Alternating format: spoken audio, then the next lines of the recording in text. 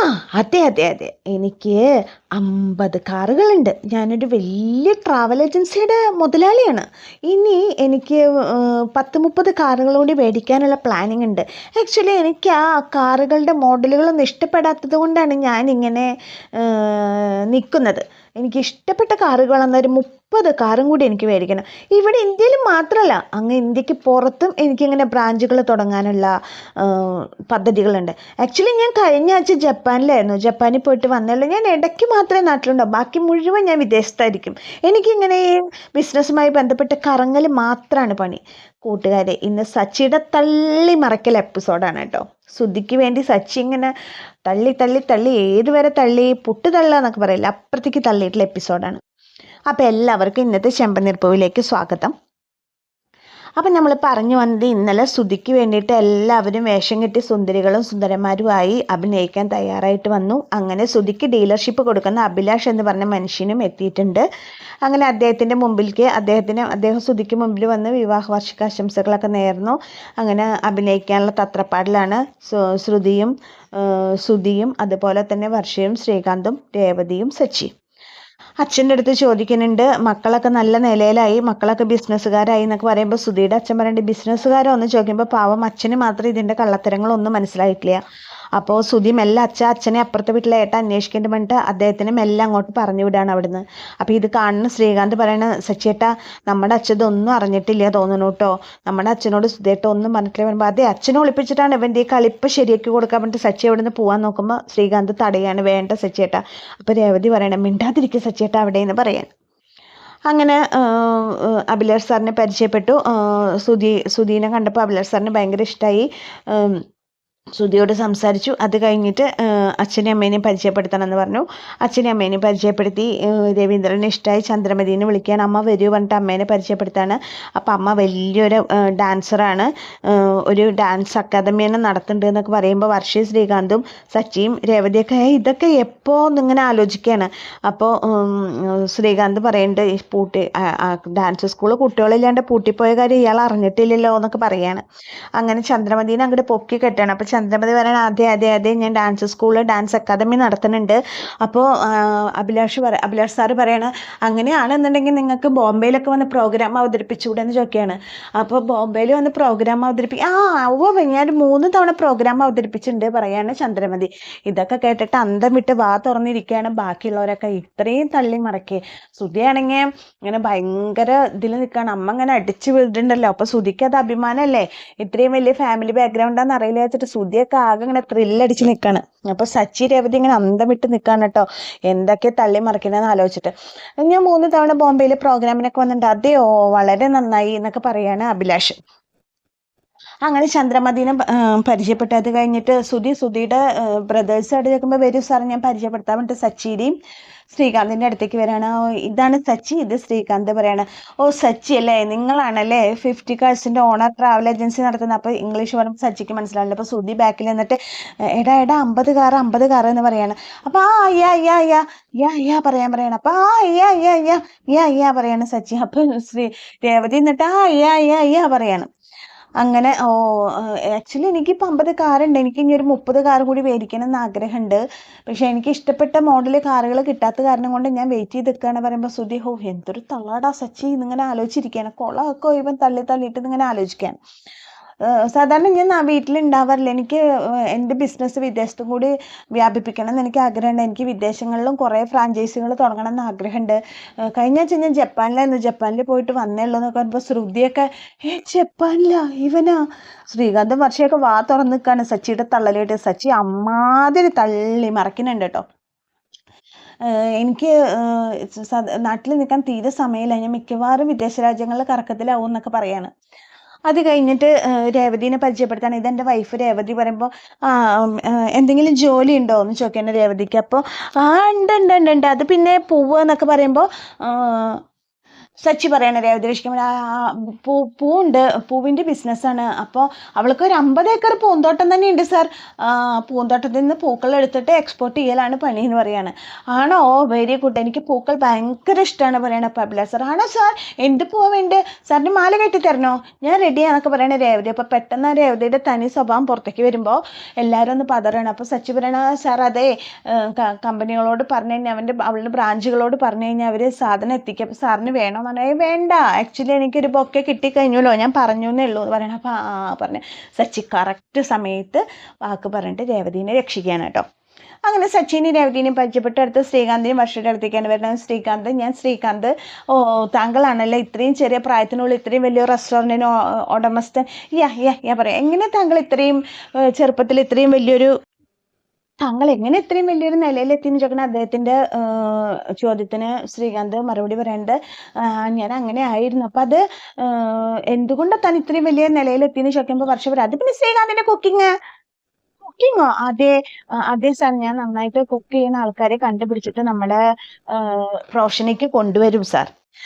Actually Srikanth, നിങ്ങൾ നല്ല കുക്കിനെ നോക്കിയിട്ട് കണ്ടുപിടിച്ചിട്ടാണല്ലേ നിങ്ങളുടെ പ്രൊഫഷൻ ഇത്രയും വിജയിച്ചത്? അതെ, എനിക്ക് ഭയങ്കര വെറൈറ്റി കുക്ക് ഉണ്ടാക്കുന്നവരെയൊക്കെ ഭയങ്കര ഇഷ്ടമാണെന്നൊക്കെ പറയണം ശ്രീകാന്ത്. അത് കഴിഞ്ഞിട്ട് ചോദിക്കാം, അല്ല ശ്രീകാന്ത് താങ്കൾ എത്ര വർഷമായി താങ്കളുടെ റെസ്റ്റോറൻറ്റ് തുടങ്ങിയിട്ട് ചോദിക്കുമ്പോൾ വർഷ പെട്ടെന്ന് എടുത്തിട്ട് പറയാം അതൊരു ദിവസം സാർ. ഒരു ദിവസം? അതായത് സാർ വേറെ ഒന്നല്ല, എനിക്ക് എൻ്റെ റെസ്റ്റോറൻറ്റ് തുടങ്ങിയത് ഇന്ന് തുടങ്ങിയ പോലെയാണ്. ഞാൻ എപ്പോഴും ഫ്രഷ് ആയിട്ടാണ് എൻ്റെ റെസ്റ്റോറൻറ്റിൽ കയറും പെരുമാറുമൊക്കെ ചെയ്യുക, അതുകൊണ്ടാണ് വർഷം അങ്ങനെ പറഞ്ഞത് എന്ന് പറയണം. അങ്ങനെ ശ്രീകാന്ത് പറയണതിനൊക്കെ വർഷം പെട്ടെന്ന് അബദ്ധത്തിൽ ഉത്തരങ്ങൾ പറഞ്ഞിട്ട് അങ്ങനെ അങ്ങോട്ട് ഇങ്ങോട്ടും അഡ്ജസ്റ്റ് ചെയ്യാണ്. അത് കഴിഞ്ഞ് വർഷയുടെ അടുത്തേക്ക് വരും. വർഷയോട് ചോദിക്കും വർഷം എന്ത് ചെയ്യണമെന്ന് ചോദിക്കും. പറയും ഞാനൊരു ഡബ്ബിങ് ആർട്ടിസ്റ്റാണ് സാർ എന്ന് പറയുമ്പോൾ ശ്രുതി പറയും dubbing artist sir, dubbing artist അല്ല സാർ, ഡബ്ബിങ് ആർട്ടിസ്റ്റ് അല്ല സാർ, വർഷയ്ക്ക് 3-4 ഡബ്ബിങ് സ്റ്റുഡിയോകളുണ്ട് എന്നൊക്കെ പറയണേ. അതെ പറയാണ്. ഡബ്ബിങ് സ്റ്റുഡിയോയോ? അല്ല ഇതൊന്നും നമ്മുടെ ലിസ്റ്റിലില്ലല്ലോ എന്ന് പറയണ വർഷ പെട്ടെന്ന്. അയ്യോ കൊളാക്കോ വർഷ എന്ന് ചോദിക്കുകയാണ് സച്ചി രേവതി. അപ്പോൾ ശ്രീകാന്ത് ആകെ അന്തം വിട്ട് നിൽക്കണം. പെട്ടെന്ന് വർഷ സത്യം പറഞ്ഞപ്പോൾ അപ്പോൾ പറയാണ് അല്ല സാർ, ഞങ്ങൾ ഇന്നത്തെ പരിപാടികൾക്കൊക്കെ ഒരു ലിസ്റ്റ് ഇട്ടുണ്ടായിരുന്നു. അപ്പോൾ സാറിന് കുറേ നേരം സംസാരിച്ച് സമയം കളയുമ്പോൾ നമ്മുടെ ലിസ്റ്റുകളിൽ സമയം ഉണ്ടല്ലോ, അപ്പോൾ അതാണ് ലിസ്റ്റിലില്ലല്ലോ, പരിചയപ്പെടുത്തലൊക്കെ എക്സ്ട്രാ അല്ലേ, അതുകൊണ്ടാണ് സാർ പറഞ്ഞത് എന്നൊക്കെ പറയണം. ഓക്കെ പറഞ്ഞിട്ട് പിന്നെ അത് കഴിഞ്ഞിട്ട് അമ്മേനെ പരിചയപ്പെടുത്തി. അതൊക്കെ കഴിഞ്ഞ് എല്ലാവരും പരിചയപ്പെട്ടു. അത് കഴിഞ്ഞിട്ട് പറയാണ് എന്തെങ്കിലും 2 വാക്ക് സംസാരിക്കാൻ പറയുമ്പോൾ രവീന്ദ്രൻ സംസാരിക്കുമ്പോൾ രവീന്ദ്രൻ പറയണേ ഞാനൊരു സാധാരണക്കാരനായ ഡ്രൈവറാണ്, എനിക്ക് ഓടിക്കിട്ടുന്ന പൈസ കൊണ്ടാണ് ഞങ്ങൾ ജീവിച്ചിട്ടുണ്ടായിരുന്നത്. ഇന്ന് എൻ്റെ മക്കൾ 3 പേരും നല്ല നിലയിലെത്തി, എനിക്ക് ഭയങ്കരധികം സന്തോഷമുണ്ട്.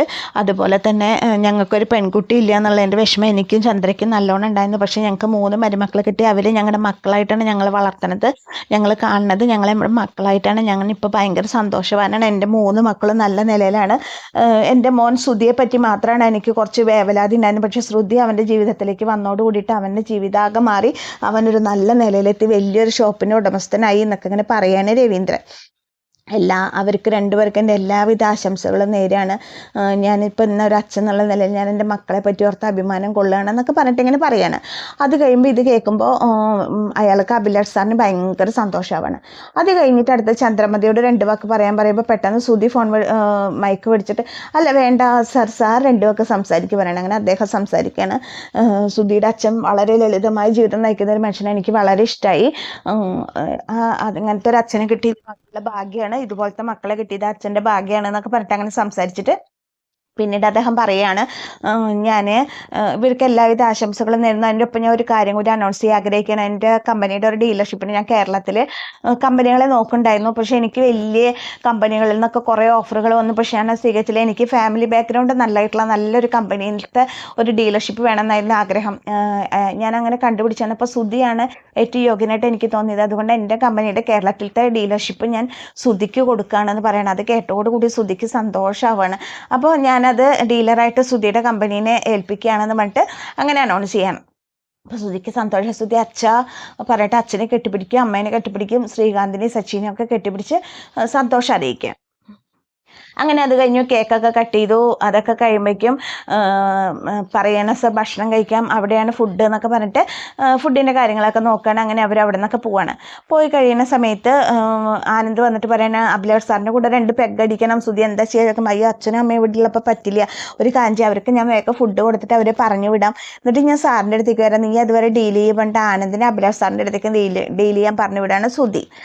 ഈ സമയത്ത് സച്ചി പറയണ രേവതി ചൊറിഞ്ഞിട്ട് പോയി, രേവതി ഒന്ന് മാതിത്ത രേവതി എന്നൊക്കെ പറയുമ്പോൾ രേവതി എനിക്കൊന്നും പറ്റില്ല, അത് ആളുകൾ മുഴുവൻ ശ്രദ്ധിക്കണമെന്ന് സച്ചിയേട്ടാ, ഒന്നും മിണ്ടാതിരുന്നേ എന്നൊക്കെ പറഞ്ഞിട്ട് രേവതി സച്ചിയോട് ദേഷ്യപ്പെട്ടിട്ട് അവിടെ നിന്ന് പോവാണ്. ഒന്ന് ശരി ഞാൻ ചൊറിഞ്ഞിട്ട് വരാൻ പറഞ്ഞിട്ട് സച്ചി അങ്ങനെ ചൊറിയാൻ വേണ്ടി പോവാണ്.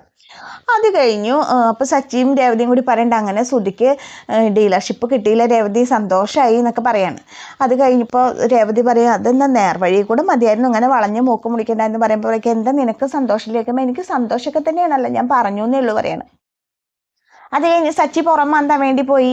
സച്ചി പുറം മാന്താൻ വേണ്ടി പോയപ്പോൾ രേവതി ഇന്ന് ചിരിക്കുകയാണ്. അത് കഴിഞ്ഞിട്ട് സച്ചി പുറം മാന്തിക്കൊണ്ടിരിക്കുന്ന സമയത്താണ് പെട്ടെന്ന് ആനന്ദ് അങ്ങോട്ട് വരുന്നത്. നീ എന്താ ഇവിടെ നിൽക്കണേ? നോക്കിയേ അവിടെ നല്ല ഇതുണ്ട്, പാർട്ടിയൊക്കെ ഉണ്ട്, നല്ല അടിപൊളി വിദേശ സാധനം കൊണ്ടുവന്നേക്കണത്, വാ നമുക്ക് രണ്ടെണ്ണം അടിക്കാൻ പറയണം ആനന്ദ് സച്ചിയോട്. അപ്പോൾ അത് വേണ്ട പറയോ, നിനക്ക് ഭാര്യ പേടിയുണ്ടല്ലോ, എൻ്റെ ഭാര്യ അടിക്കരുത് എന്നൊക്കെ പറഞ്ഞിട്ടാണ് എന്നെ അങ്ങോട്ട് വിട്ടത്, പക്ഷെ ഞാൻ അടിക്കും, ഇതിപ്പോൾ ഭാര്യമാരെ അറിയാനൊന്നും പോണില്ലല്ലോ, ഒരു 2 പേർക്കൊക്കെ അടിക്കാമല്ലോ, നീ വേണമെങ്കിൽ വായോ എന്നൊക്കെ പറയണ ആനന്ദ് സച്ചിയോട്. അത് പിന്നെ എന്നാ അടിക്കാല്ലേ, അവരറിഞ്ഞാലും കുഴപ്പമില്ല, അല്ല പിന്നെ അവരോട് ഇപ്പോൾ പറഞ്ഞിട്ടാണോ നമ്മൾ അടിക്കേണ്ടത്, ഇതൊക്കെ വിദേശ സാധനമാണ്, ഇതൊന്നും അങ്ങനെ അത്ര പെട്ടെന്നൊന്നും കിട്ടില്ല എന്നൊക്കെ പറയാണ്. അപ്പോൾ സച്ചി ആനന്ദും കൂടി സംസാരിക്കണത് മുഴുവൻ അവിടെ കയ്യും കെട്ടി നോക്കി നിൽക്കുകയാണ് രേവതി. സച്ചി കുടിക്കാൻ പോകണ്ടോ ഇല്ലയെന്നൊന്ന് അറിയട്ടെ വെച്ചിട്ട് തന്നെയാണ് രേവതി നിൽക്കേണ്ടത്. അങ്ങനെ സച്ചി ഇങ്ങനെ തിരിഞ്ഞിട്ട് പോവാലേ എന്ന് വിചാരിച്ചിങ്ങനെ നിൽക്കുന്ന സമയത്ത് പെട്ടെന്ന് രേവതിനെ കാണാണ്. രേവതിനെ കണ്ടപ്പോൾ സച്ചി എന്താ അവിടെ? ഒന്നുമില്ല രേവതി, എനിക്ക് മനസ്സിലായി, നിങ്ങൾ പറഞ്ഞതൊക്കെ ഞാൻ കേട്ടു, നിങ്ങൾക്ക് മദ്യപിക്കാൻ പോകണമല്ലേ, അതല്ലേ ഇപ്പം നിങ്ങൾ ഉദ്ദേശിച്ചത് എന്ന് ചോദിക്കുകയാണ് സച്ചിയോട്. ഇല്ല രേവതി മദ്യപിക്കാനല്ലെന്ന്, വാ നമുക്ക് വീട്ടിൽ പോകാൻ ഇപ്പം തന്നെ കുറച്ച് കഴിഞ്ഞിട്ട് പോയാൽ പോരെ രേവതി, ഒന്നും പറ്റില്ല, നമ്മൾ വന്നത് എന്തിനാ, നിങ്ങളുടെ ഏട്ടന് ഡീലർഷിപ്പ് മേടിച്ചു കൊടുക്കാൻ വേണ്ടിയിട്ട്, അത് കിട്ടിയല്ലോ, ഇനി നമ്മുടെ റോൾ ഇവിടെ കഴിഞ്ഞു, ഇനി നമുക്ക് ഇതൊക്കെ അഴിച്ചു വയ്ക്കാം, നമുക്ക് വീട്ടിൽ പോകാം എന്ന് പറയാണ് രേവതി. അപ്പോൾ സച്ചിനെ കുടിപ്പിക്കരുത് എന്നുള്ളൊരൊറ്റ ഉദ്ദേശത്തോട് കൂടിയിട്ടാണ് കേട്ടോ രേവതി അത് പറയണത്. അങ്ങനെ അവിടെ സച്ചി വരാൻ വേണ്ടി മടിച്ചു നിൽക്കണം. പക്ഷെ രേവതി സമ്മതിക്കില്ല. രേവതി പിടിയാലെ സച്ചിയോട് പോവാമെന്ന് പറയണത്. കഴിഞ്ഞു, എല്ലാ പരിപാടിയും കഴിഞ്ഞ് ഇവിടെ ഒരു നിമിഷം നിൽക്കണ്ട, നമുക്ക് പോവാം എന്നൊക്കെ പറയണം. അപ്പോൾ സച്ചി മനസ്സോടുകൂടി ശരി പോവാം എന്നങ്ങനെ പറയാണ്. ഇനി നമുക്കിതിൽ ടിസ്റ്റ് വന്നത് എന്താ വെച്ചാൽ ശ്രുതിയുടെ പ്ലാനിങ് നടക്കുമോ നടക്കില്ല എന്നാണ് നമുക്ക് അറിയേണ്ടത്. കാരണം ശ്രുതി പറഞ്ഞിട്ടുണ്ട് സച്ചിനെ കുടിപ്പിച്ചിട്ട് വീഡിയോ എടുക്കണമെന്ന്. നിങ്ങൾക്ക് തോന്നുന്നുണ്ടോ ശ്രുതിയുടെ പ്ലാനിങ് നടക്കുന്നു? എന്താ നിങ്ങളുടെയൊക്കെ അഭിപ്രായങ്ങൾ? ശ്രുതി വിചാരിച്ചത് നടക്കുമെന്ന് നിങ്ങൾക്ക് തോന്നുന്നുണ്ടോ? സച്ചിയുടെ കയ്യിൽ നിന്ന് ആ ഫോണിലത്തെ വീഡിയോ ശ്രുതിക്ക് കിട്ടുമോ? എന്താ നിങ്ങളുടെ അഭിപ്രായങ്ങൾ വെച്ചാൽ അതൊന്ന് കമൻറ്റ് ചെയ്തോളൂ കേട്ടോ. അപ്പോൾ ഇന്നത്തെ എപ്പിസോഡിൻ്റെ കഥ നിങ്ങൾക്കൊക്കെ ഇഷ്ടമായെന്ന് വിചാരിക്കണം. അപ്പോൾ എൻ്റെ കഥ കേട്ട് ഇഷ്ടപ്പെട്ട കൂട്ടുകാരെൻ്റെ ചാനലൊന്ന് ലൈക്ക് ചെയ്യുക, ഷെയർ ചെയ്യുക, സബ്സ്ക്രൈബ് ചെയ്യുക. നാളത്തെ കഥയായിട്ട് നിങ്ങളുടെ അടുത്തേക്ക് വീണ്ടും വരാം. അപ്പോൾ നിങ്ങളുടെ വിലയേറിയ അഭിപ്രായങ്ങളും നിർദ്ദേശങ്ങളൊക്കെ കമൻറ്റായി രേഖപ്പെടുത്തുക. അപ്പോൾ എല്ലാവർക്കും താങ്ക്